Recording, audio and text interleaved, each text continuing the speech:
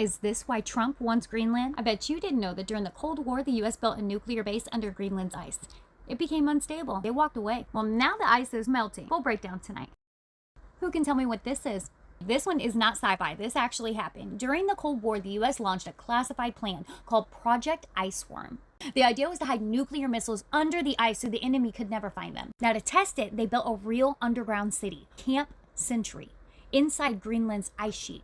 Tunnels, living quarters, labs, even a nuclear reactor buried in the ice. They believed that the ice was stable, but ice moves. The tunnels shifted, cracked, collapsed faster than expected. So the base became unstable. They shut it down. They removed equipment, but not everything. Radioactive waste, fuel, and chemicals were left behind. At the time, they believed it would stay frozen for thousands, maybe millions of years. But decades later, scientists tested ice samples collected from the Cold War era and found ice is melting far faster than they had expected. Now, some estimates suggest that if melting continues, that waste could eventually end up in the ocean. Now, some people think this is about cleaning up the Cold War mess. Others think it's about finishing what was started back then.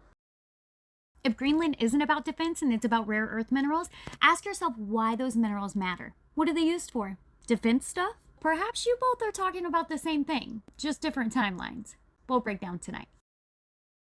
The main debate in the last one was if Greenland was about defense or about rare earth minerals. It does make sense that the US would want access to more rare earth minerals. We don't have the same supply that China does. Those minerals, though, are used in missiles, satellites, weapon systems, EVs. Whoever controls supply during shortages, sanctions, or conflicts controls who keeps building and who stalls. But here's where it stops making sense, at least right now. If we acquire Greenland's rare earths, but we don't build refining or magnet manufacturing in the US or Greenland, then we're still sending those minerals back to China to have them refined, which in itself is a big national security issue when you really think about it. China controls about 85 to 90% of global rare earth refining. Refining rare earths is chemically complex, extremely polluting, and capital intensive. But then those same rare earths are used in missile guidance systems, radar, stealth coatings, jet engines, precision navigation, GPS dependent systems.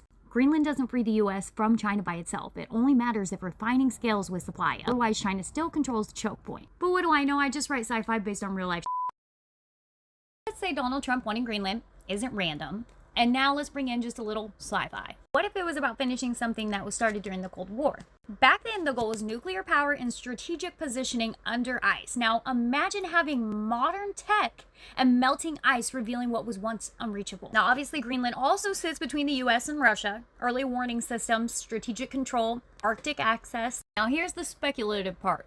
What if the US wants to finish what they started during the Cold War? With today's technology, AI, modeling automation, could they solve the problems that made Project Iceworm impossible before? If the ice is melting and access is easier, what becomes possible now? And if Greenland were acquired, what do you think the real goal would be? Will they fill it with nuclear missiles like they planned during the Cold War? I don't know, you tell me in the comments below.